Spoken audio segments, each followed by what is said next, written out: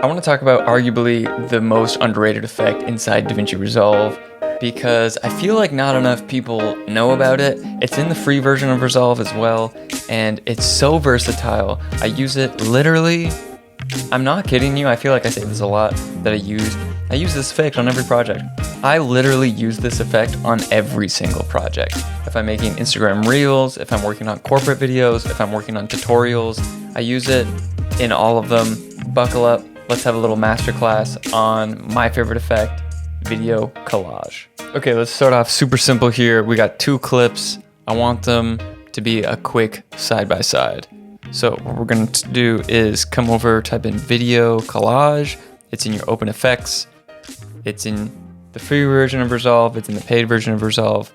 It's the best. Okay, it's daunting. I get it. This plugin is daunting because when you put it on, you're like, what is going on? Basically what it's doing is it's giving you the option of creating a background mosaic or creating like a foreground mosaic. 99% of the time I use it as a foreground mosaic. And I wish this would be changed by default to, instead of create background, create a tile, because this is more so what I use on a daily basis. Right now we have 2 clips, so let's stack them on top of each other. I want them to be a split screen, horizontally, not vertically, but I'll show you how quickly it is to change between the 2 of them. So, gotta do some quick math here. Do I want 2 columns, 2 rows? What do I want? Right now I just want 2 rows, no columns, and I don't want any of this border. I don't want it to be rounded, so we're gonna take that to 0. I don't want any margins, take that also to 0. And now we just have the spacing. So I want the spacing also to 0. Now we have our first clip. So if I deactivate that, we have the top, and now all I'm gonna do is Command C, copy, and you can press Option V, paste attributes, and it's a plugin. And you're like, where did it go?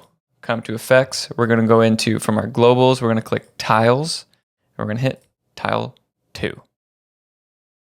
And because this is just an effect, we can come over into our transform and move our clip, and you'll see the yellow behind there. If you move too much and there's dead space. Super simple. The reason I love using this plugin is because it removes the math. People are like, you can do that so much faster, like just by moving the clips like where you want them and just cropping. Too much math for me. I just want to drag, drop. The best thing about this is you can just keep adding clips. If I wanted to have like 3 rows, I could make 3 rows. Or 2 columns, like it just goes on, and it's all just done for you, and I love that so very much. So that is one use case that I use quite frequently, that I'll do a side-by-side. So we can quickly just make this horizontal if we do 2 columns and no rows. So let's go back to our globals and do 2 columns. Make this tile 2 and reset the position. There you go. Super simple. I love it so much. Okay, I made a tutorial on this already, but Instagram Reels, Instagram Stories, TikToks, anything that's vertical, this is a lifesaver. It's super simple to use, a really quick 3 stack. All you have to do is 3 rows, everything that we just did. Maybe for this one, let's add some spacing in. So maybe we're not going to do side spacing, but we'll give it a little bit of a border here. So maybe we'll do 0.05, and then we're going to copy and paste it to everything else. So we're going to decide which is tile 2 here. Super fast. And now we have a really quick Instagram story, and it's super easy to readjust things if you want. It's just the same effect controls that you're used to. And there you go. Super simple. This top clip hasn't been readjusted yet. But how long did that take us? If we already have a finished video and you just want to showcase some of the best work or some of the funniest moments or who knows what, this is exactly what you could do. Okay, another thing that I've used it for is simple stuff like tutorials. So I have a screen recording here. I have a talking head over top of it, and I can just put on video collage. Again, you could use a transform for this, and it could work better, but I do like this tool, and I've used this before for this use case. And like right here is a great starting point. You could make it totally round, and then basically just like nest that clip or make a new compound, and you're off to the races. Or at this point, you can put a transform on, and you could scale it and move it down like that. I will note though, you literally could just do this. If you're looking for that look, the circle look, you could use the transform alone for that and just use the image adjustment. But that's not what this video is about. We're giving praise to video collage, so that's why I use that. But okay, so let's come back over and let's really dive through all these controls here, because I know I just blew through like a bunch of examples, but it's just so, like, there's just so many things that you can do with this, and it's just so simple to use, and I just want more people to know that it exists, period. Okay, my camera died, but we're still going to keep rolling on this. Okay, so let's take a look at the left and right margins here. So the left and right margins are basically going to push and pull your footage. So you can see,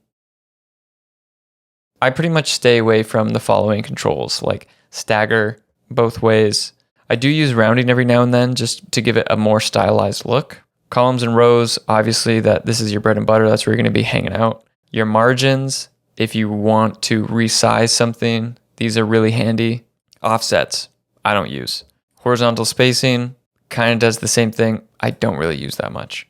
Okay, something that you should know here, if I come down,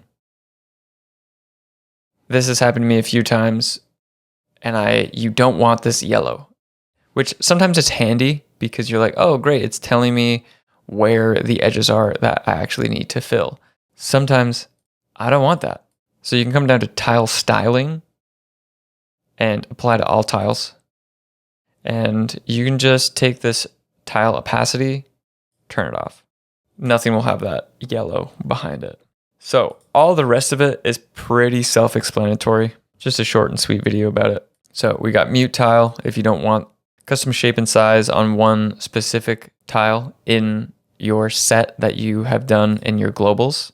Resizing content, I feel like I just use the normal video transform tools because it kind of does the same thing. So I just default to kind of what I know. Although it does have some nice edge behavior if you're trying to give a little bit of more cheating done. You know, you can see that it's reflecting there. Tile styling, we kind of went through that a little bit. It just gives a border and this background if you need it. Drop shadow, I haven't really used, but self-explanatory. Tile animation, it's normally set to manually keyframe. I've never really used animated tiles, but you can set it and it can kind of do its own thing here if you're trying to like let it fly in here. So you can have kind of like a more dynamic scene. It's cool, but maybe not so much for me, but it's good to know it's there. So if you want to add some extra animation. And then easing and blur of all tiles.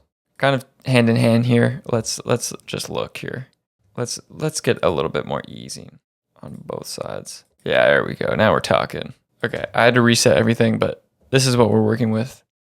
Nice little animation. There's a ton of stuff that you could do with this. It's so handy. I hope you know this plugin exists now. I hope you know how generally it works. If you want more specifics, drop that down in the comments. But yeah, thank you for watching. Use this tool. Bye-bye now.